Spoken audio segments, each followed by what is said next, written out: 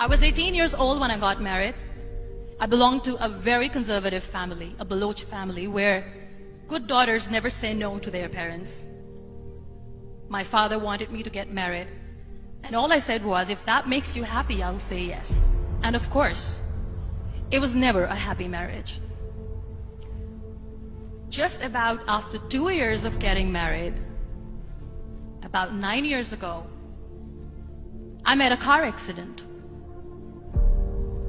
Somehow my husband fell asleep and the car fell in the ditch. He managed to jump out, saved himself. I'm happy for him. But I stayed inside the car and I sustained a lot of injuries. The list is a bit long. Radius ulna of my right arm were fractured. The wrist was fractured. Shoulder bone and collarbone were fractured. My whole rib cage got fractured. But that injury that changed me and my life completely was the spine injury. Many people came to rescue. They gave me CPR. They dragged me out of the car. And while they were dragging me out, I got the complete transection of my spinal cord. Those 2.5 months in the hospital were dreadful. I was at the verge of despair. One day, doctor came to me and he said, well, I heard that you wanted to be an artist, but you ended up being a housewife. I have a bad news for you. You won't be able to paint again.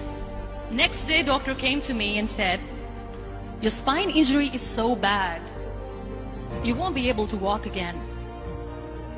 I took a deep breath and I said, it's all right. The next day, doctor came to me and said, because of your spine injury and the fixation that you have in your back, you won't be able to give birth to a child again. That day, I was devastated. I started to question my existence. Why am I even alive? So what kept me going was, one day I asked my brothers, I know I have a deformed hand, but I'm tired of looking at these white walls in the hospital and wearing these white scrubs. Bring me some colors, bring me some small canvas. I want to paint. So the very first painting I made was on my deathbed, where I painted for the very first time. What an amazing therapy it was. Without uttering a single word, I could paint my heart out. I could share my story. People used to come and say, what lovely painting. So much color. Nobody could see the grief in it. Only I could. And that day I decided that I'm going to live life for myself.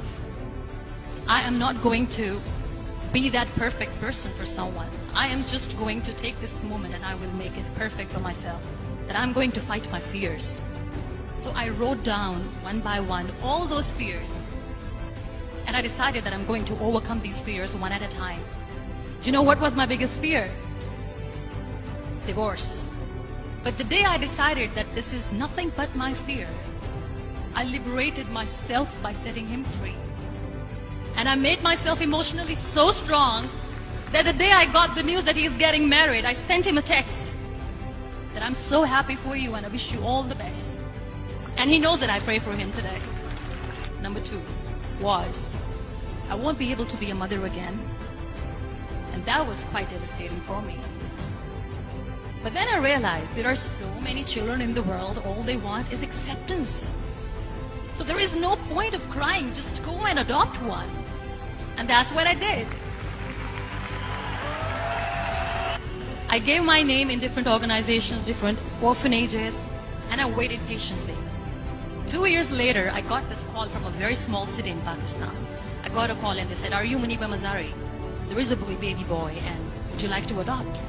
I could literally feel the labor pain. I said, yes, yes, I am going to adopt him. I am coming to take him home.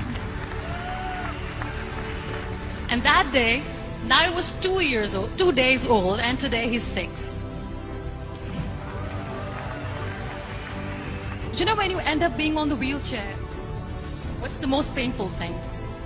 People think that they will not be accepted by the people because we, in the world of perfect people, are imperfect. I started to appear more in public. I started to paint.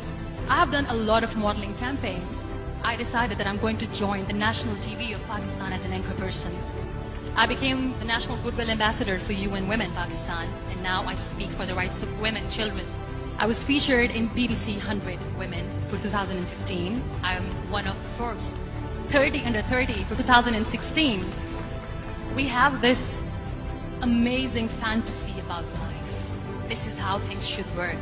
This is my plan. It should go as per my plan. If that doesn't happen, we give up.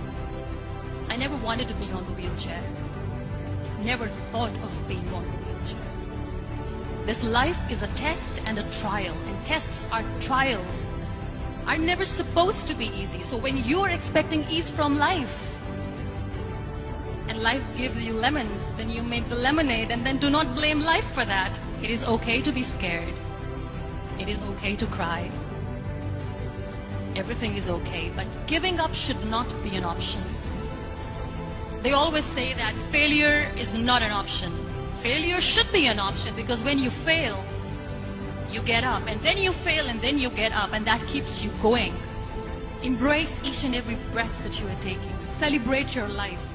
Live it. Don't die before your death.